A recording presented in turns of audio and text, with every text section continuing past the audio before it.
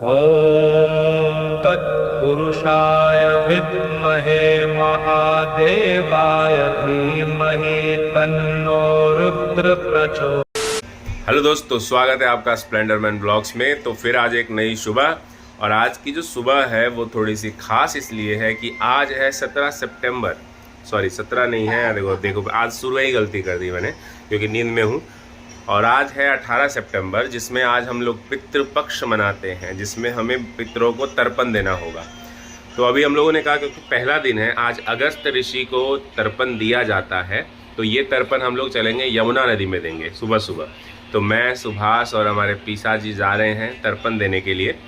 तो चलते हैं और फिर आपको दिखाते हैं कि क्या कैसे होता है। और आपने लास्ट ईयर भी देखा था एक ब्लॉग जिसमें मैंने बनाया था कि मैं किस तरीके से एक डेली रूटीन होता था। तो अभी 18 तारीख से लेके और 2 तारीख तक का ये होना है। और अच्छी बात थोड़ी सी ये हो गई, अजीब सी बात, कि आज एक सूर्य ग्रहण भी लग रहा है। और भाई ये सूर्य ग्रहण लग रहा है 10:40 तक, है ना। और इतने पितृ पता लगा पितृपक्ष ही खत्म हो गया, इसीलिए हम लोग जा रहे हैं पहले ये काम करने के लिए कि वहीं यमुना नदी में नहाएंगे और नहाने के बाद पितृ तर्पण देंगे। और अभी फ़िलहाल मैं मच्छरदानी में हूँ, जैसा कि आपको मालूम है इतने मच्छर हैं भाई, तो इस मच्छरों के लिए लगाना पड़ता है। चलते हैं अभी अपना और देखते हैं भाई। काफ़ी अभी 6:30 पौने 7 हो गए हैं, चिड़ियाँ उड़ने लगी हैं भाई, और गली अभी सुनसान पड़ी है। सुभाष रेडी हो रहा है पीसा के साथ, पीसा जी और सुभाष रेडी हैं और मैं बस निकल रहा हूँ नीचे। चलते हैं फिर।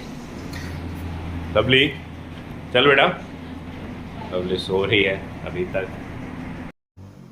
तो मैं, सुभाष और पीसा जी तैयार हो गए हैं पितृपक्ष के लिए। जा रहे हैं हम लोग यमुना नदी पे। तो आपने देखा हुआ है, मैंने इससे पहले कुछ व्लॉग्स बनाए थे जहाँ पे हम लोग यमुना पे जाते हैं घाट पर। तो उसी घाट पे हम जा रहे हैं और देखते हैं फिर और भी कितने लोग आए हुए हैं वहाँ पे।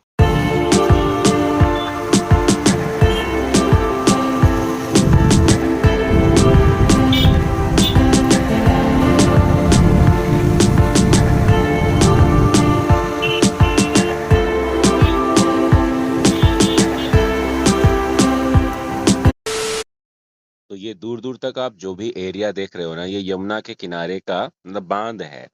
तो ये बांध इसलिए बनाया गया था कि हर साल यमुना में जो बाढ़ आती है उसके कारण ये साइड में बहुत ज्यादा पानी भर जाता है। तो ये बीच में ये रास्ता है, ये बांध है, और दोनों तरफ पानी बढ़ता है। ये रिश्ता है जहाँ पर आजकल खेती हो रही है। यहाँ की मतलब जमीन काफी उपजाऊ है बाढ़ की वजह से। तो हम यहाँ पहुँच गए और हमसे पहले देखो कितनी सारी बाइकें हैं। मतलब सभी लोग जो है पितृपक्ष मनाने के लिए, आज जो पहला दिन है वो सब लोग आए हुए हैं यहीं पे नहर पे, यमुना नदी पे। तो सुभाष ने कहा कि भाई बाइक फंस जाएगी, इसलिए पीछे की तरफ लगा आते हैं, इसलिए वो पीछे बाइक लगाने जा रहे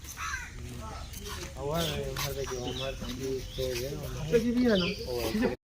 यहाँ की मिट्टी बिल्कुल ऐसी लग रही है जैसे गोवा वाला बीच हो। और भाई ऐसे देखो सब लोग जो हैं नहाने के लिए खड़े हैं, तो सच में गोवा ही लग रहा है।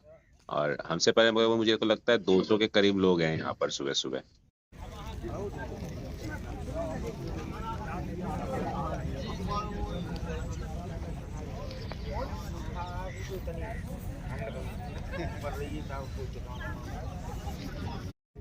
तो फिर रेडी होकर मैं और पीसा पहले पानी में उतर गए, और हमने पहले भगवान की प्रार्थना की। मतलब पहले होता है कि आप आज के दिन में अगस्त मुनि की पूजा करते हैं, यानी अगस्त मुनि को तर्पण देते हैं। तो मेरे बाद अब सुभाष की बारी थी, तो पहले हमने किया, अब सुभाष कर रहा है। तो खीरा और फिर कूस लेकर के फिर पूजा होती है। ॐ तत्पुरुषाय विद्महे महादेवाय धीमहि तन्नो रुद्र प्रचोदयात्।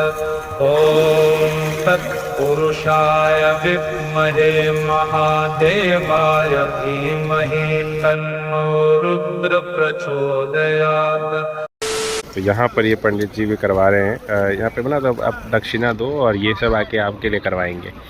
तो ये लोग जो है यहाँ मैं देख रहा हूँ पूर्व दिशा में ही करवा रहे हैं, पता नहीं कैसे। बट पहले दिन का जो अगस्त मुनि का जो तर्पण होता है वो दक्षिण दिशा में करना चाहिए। मोस्टली यहाँ पूर्व दिशा में कर रही है, देखो पूर्व दिशा में पंडित जाके करवा रहे हैं। ऐसे पंडित हैं।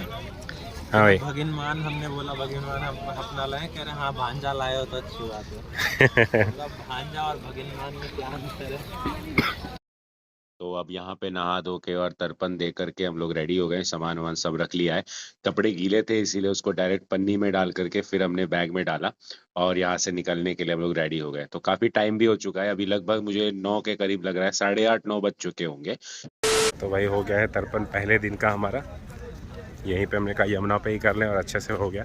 सारे आ गए थे पंडित कि भाई हमको 11 रुपये हम करा दें। कहानी है, इतने लोग जो बैठे हैं आज कर रहे हैं कि अगस्त मुनि जो है उनका कोई पुत्र नहीं था, तो उन्होंने समुद्र देवता को बोला कि अगर मैं नहीं दे सकता किसी को तो मतलब नहीं, ये उल्टा था कि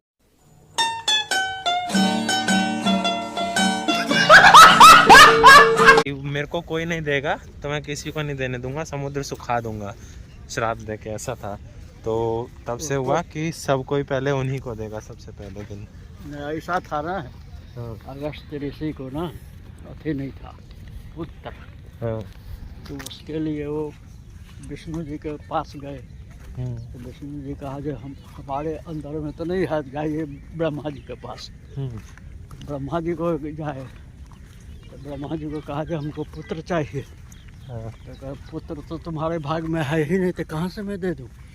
ब्रह्मा मना कर दिए भाग्य लिखने से। हाँ कहा जब तो उसी पर उसको आ गया खुंदक, ठीक है हमारे पुत्र तब तो हमारा श्राद्ध नहीं होगा, क्या कोई नहीं पानी देगा, है ही नहीं कोई तो देगा कौन। तो उसके बाद वो क्या के समुद्र में पैसे समुद्र को सोख गए। तब पी गए थे। हाँ हाँ, दुनिया में हम पानी रहने ही नहीं देंगे किसी को। मेरे को कोई कहानी पता नहीं है, इसलिए मैं तीसरी कोई कहानी नहीं सुना। पहले मैंने यही तो सुनाया था, बस शब्द अलग थे। हाँ, तो एक सुभाष ने सुना दिया, एक पीसा ने, और मेरे पास कोई कहानी नहीं है। इसीलिए लोग पुत्र लेने के लिए परेशान रहते थे पहले कि पुत्र नहीं होगा तो पानी तर्पण कौन देगा भाई श्राद्ध का। नापे हो गया आप पहले? हाँ, नपने चाहिए 6 किलोमीटर से। बाइक और बढ़ गई हैं अभी इधर इतनी सारी।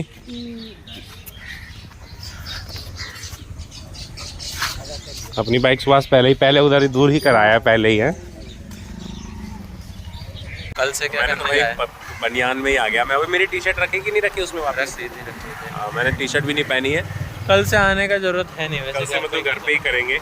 यहाँ पे पानी में बहुत मिट्टी बहुत ज़्यादा है, यहाँ करेंगे तो सर में जो है ना रेत हो जाएगा। डेल्टा निर्माण पड़ा था ना भूगोल में, वो डेल्टा निर्माण सर में हो जाएगा।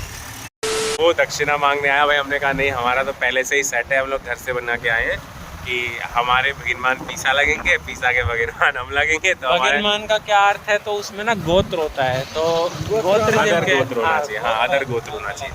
तो गोत्र है वो है वत्स गोत्र। पीसा का गोत्र है सांडिल।